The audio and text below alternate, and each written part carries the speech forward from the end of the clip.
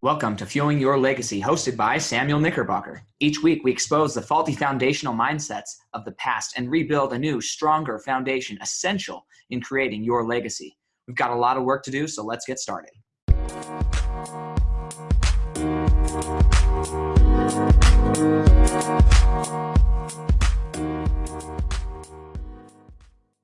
Good morning and welcome back to Fueling Your Legacy. I am pumped this morning. Get to talk about one of my favorite topics, and that is the family and how the family actually impacts our life and what shapes us. Our family, in a lot of respects, can shape who we become, how we show up, and the way we interpret the experiences and events in our lives. That for me is one of the key things that's going to impact how we are going to be able to show up.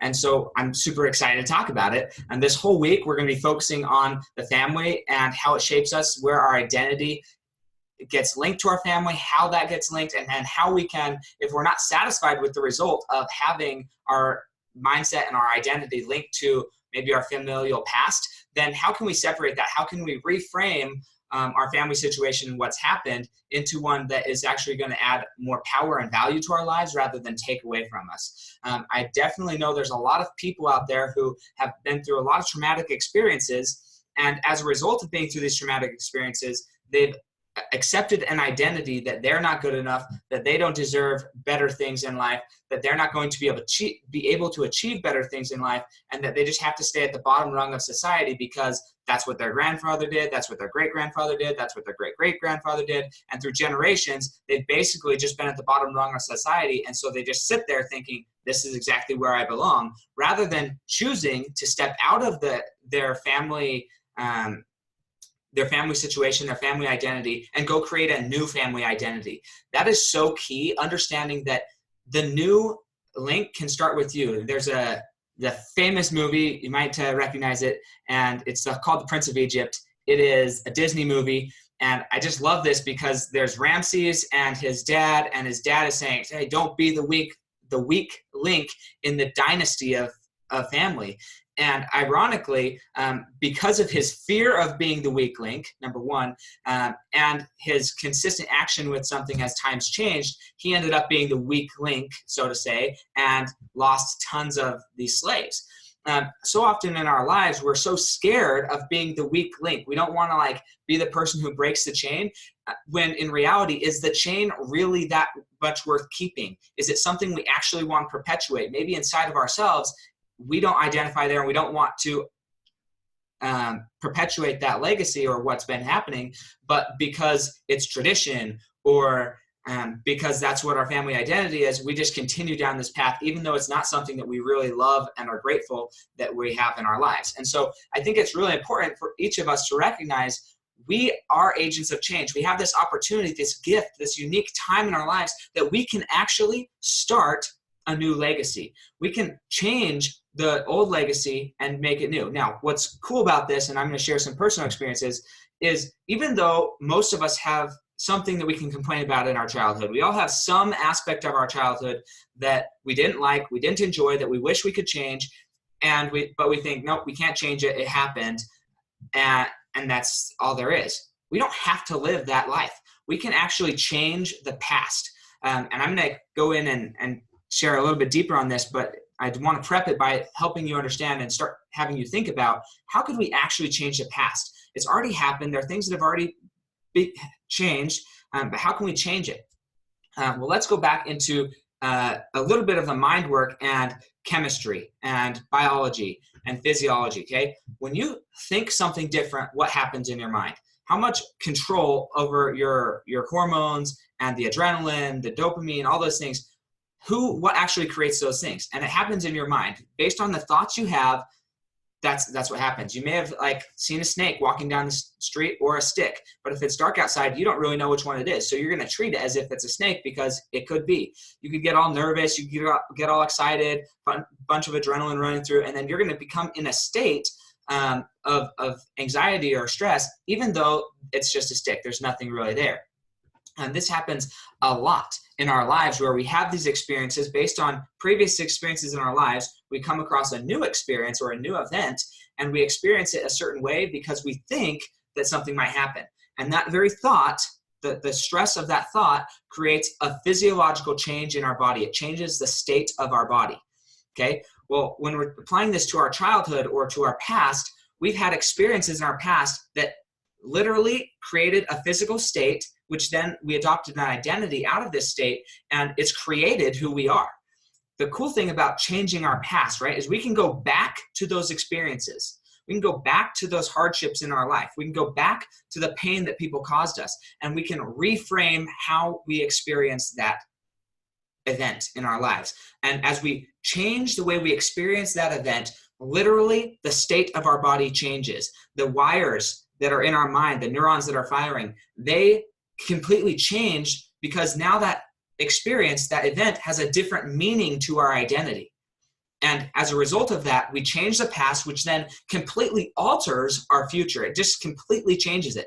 And I think it's important for each person to understand, one, that we've all had things in our past that we want to change. I don't think there's anybody that I've ever met who says, no, I'm perfectly happy with all the crap that I went through in life, and I just love it. I love going through hellish experiences. I love my life just being full of pain, sorrow, grief, tragedy, turmoil, all of those things. No, people don't like that. Now, you will come across people, I tend to be somebody like this, who has had those experiences, and then when I talk about them, because I've chosen a different identity out of those things, it took a lot of work, a lot of pain to really go back and identify what my experiences were, what events led to those experiences, and what identities I chose out of those experiences. That takes a lot of work. It takes a lot of vulnerability. You have to open up, and it is quite painful at times. But if you're really willing to dive in and identify who you are, what can happen is your whole life becomes brighter. There is a light at the end of the tunnel. There is healing inside and external. The relationships that you're having with the people around you, your family specifically, you're able to heal those things. So I'll share just a brief experience from my childhood, something that was a good experience and something that was maybe not the best experience, and how I chose to shift my identity around those experiences. Okay, so one experience that I want to share is when I was younger, I may have shared this before, but when I was younger, we had a friend who lived right next to a candy store. And we would often go to our friend's house, and on our way, we would get these candies, and they were a little, maybe like $1 or not $1, man, times have changed, but they were a few cents for a bunch of candy. You could get like a penny for a goldfish, or a penny for a sucker, or different things. Well, my mom knew that we had frequented this frequented the candy store, and she wants to protect us from rotting teeth and ill health and things. And so whenever we'd ask to go there, she would say, no, I mean, yes, you can go, but you cannot go to the candy store. And most of the times we'd say, okay, that's fine. I guess we won't go to the candy store. Well, this one time, I'm sure it happened more than once that we lied to my mom, unfortunately, and sorry about that, Mom. But this one time we went, our friend wasn't there. We did stop at the candy store, and we got the wrong, we got candy, came home, and my mom, seeing us return, she says, hey, Sam and Gabriel, my brother's just older than me, did you go to the candy store? And we're like, no, we didn't go to the candy store. And then she said, did you go to the candy store again? And we're like, no, we didn't go to the candy store. Why would we go to the candy store? You told us not to. Well, then she's like, go look in the mirror at your face. So we go in and look in the mirror, and our mouth is completely blue. Our teeth are blue. Our tongue's blue. The lips, they're blue. And it's like, crap, we got caught. We got the wrong kind of candy if we wanted to lie to our mom. And out of this, she sat us in the bed, in the living room on 2 stools, about arm's length apart from each other, just far enough that we couldn't touch each other. And that was our punishment that time. And that was a great, I think it was probably one of my best experiences of being punished, you could say, of my childhood. I felt like the punishment fit the crime, and it was fantastic. But I didn't like being punished, and some of those things are traumatic that if we aren't aware, then we're going to get caught in some things, and we shouldn't be lying. And so that was something that I had to go back and reframe my mind and how I interpreted that experience and say, okay, what was the truth about that experience? It wasn't that my mom didn't want me to eat candy necessarily. It wasn't that she wanted to punish us. It wasn't that she was just telling us stuff to do that was needless, which is probably how I thought of it then. If I understood why she was telling us not to eat the candy, I don't think I would have gone and eat the candy. There was a lot of identities that I just didn't want to, that I was blaming her for the result. Whereas when I step back at it and go change my view of that experience and say, okay, my mom was loving. She wanted us to be healthy. She wanted us to be able to have our teeth. Me specifically, I had really bad teeth as a child. Had to have multiple of them pulled because of that. And so there's a lot of things that I can go back and change my experience. I can change how I viewed that experience. And as a result of that change, it changes how I show up today. Now, when I'm receiving instruction from people, I do question everything still, but I am willing to try out the instruction pretty much always. I'm willing to try new foods because I know that maybe this is an important thing for my diet. Maybe this is an important thing for me. I don't always like those things, but I'm willing to try new things. I'm willing to be okay being instructed to do things without completely understanding why, because of that experience. Now, there are some other experiences growing up where my mom maybe didn't have the opportunity to parent as well and give us the understanding. And that led to a lot of physical abuse, sometimes verbal abuse, different things like that. And as a result of those experiences, I think I've shared this one before, but learning my ABCs was very difficult. I was dyslexic. And if we would go through my ABCs, and if I messed up, then I would get spanked. And then we'd have to try again. If I messed up, I'd get spanked. Well, as a result of that, as somebody who really likes to go out and do things, I adopted the identity, or I tampered my identity. I like to do things, but I'm now scared to do things because of I don't like to be wrong, because being wrong or screwing up or failing means punishment.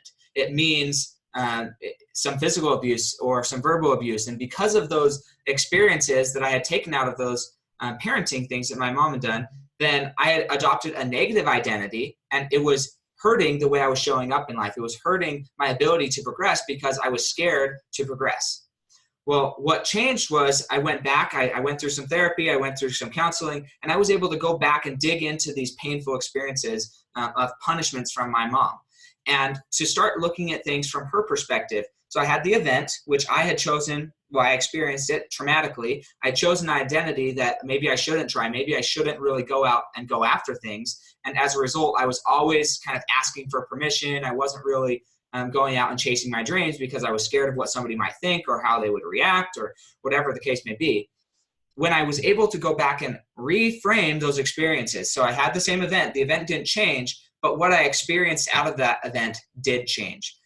So rather than experiencing as a victim and thinking my parents were trying to harm me, they didn't want me to succeed, they didn't want me to fail, they wanted me to be perfect, all these negative identities that I had chosen out of this experience, I was able to go back and reframe that experience to, wow, I'm so grateful that my mom took the time because she really cared about me. She knew that I had a little bit of learning difficulties, and she wanted me to succeed. She wanted me to achieve my best. She knew that if I kept trying, then eventually I would get it. Yes, she did punish me for things, and those were maybe the sides of parenting that I didn't love the most. But as a result, I know that she wanted me to keep trying. She wanted me to keep going.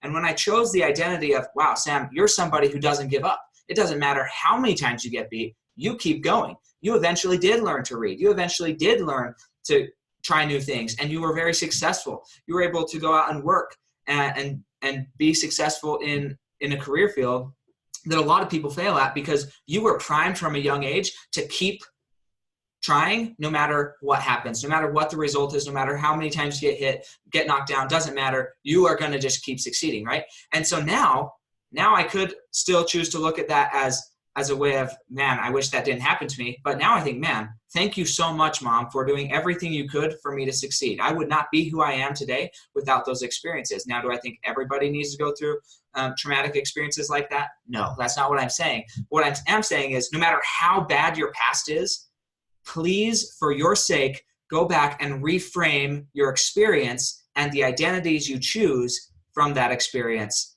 Go reframe those events, because I promise you it will change your whole life. It will change everything that you believe you can become and achieve if you're willing to take only the positives and take every negative and find, hey, what was the positive that's come out of this today, right? Maybe at that age, I didn't know how those experiences were going to help me. But now that I do know how those have helped me, why not reframe those experiences from a position of power, something that's a gift granted to you, that life is happening for you, not to you.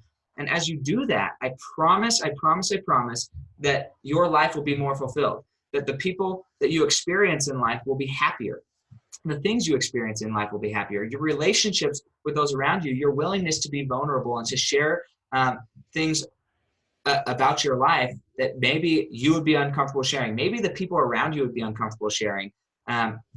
Just a disclaimer here. My mom and I have had many conversations about my past, and sometimes she still feels bad about it. And for me, I just don't think she should feel bad necessarily.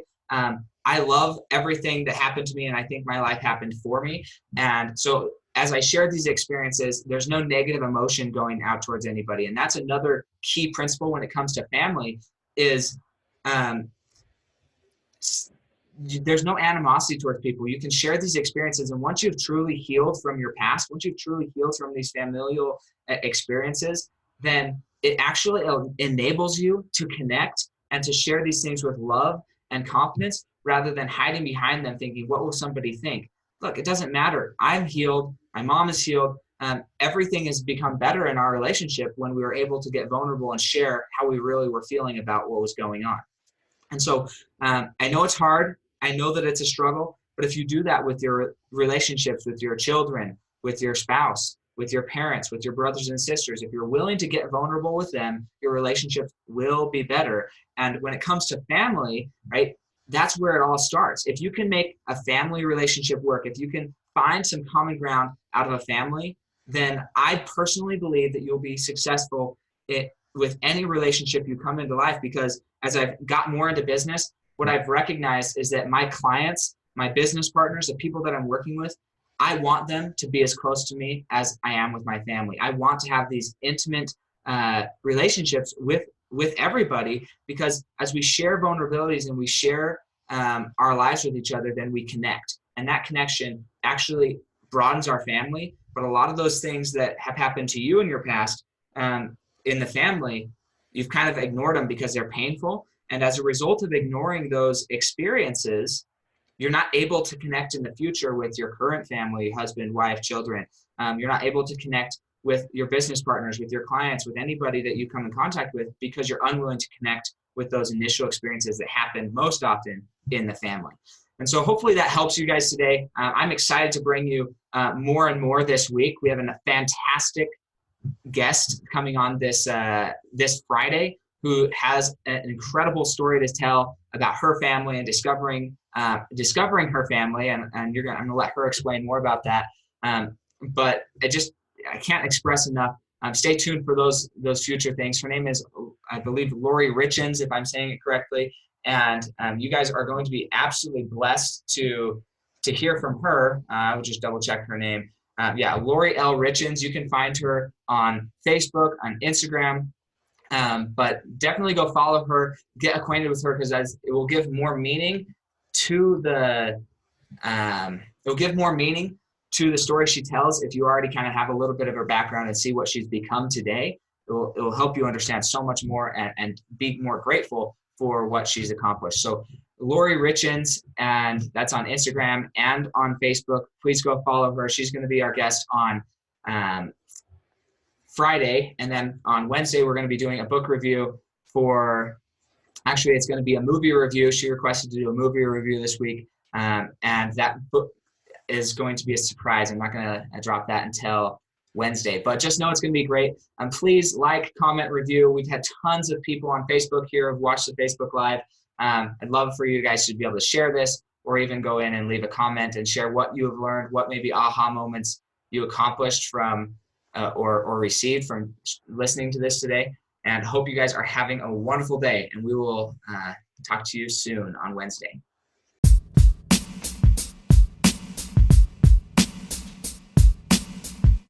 Thanks for joining us today. If what you heard resonated with you, please like, comment, and share on social media. Tag me so I can give you a shout out on the next episode. And thanks to all those who have left a review. It helps spread the message of what it really takes to build a legacy that lasts.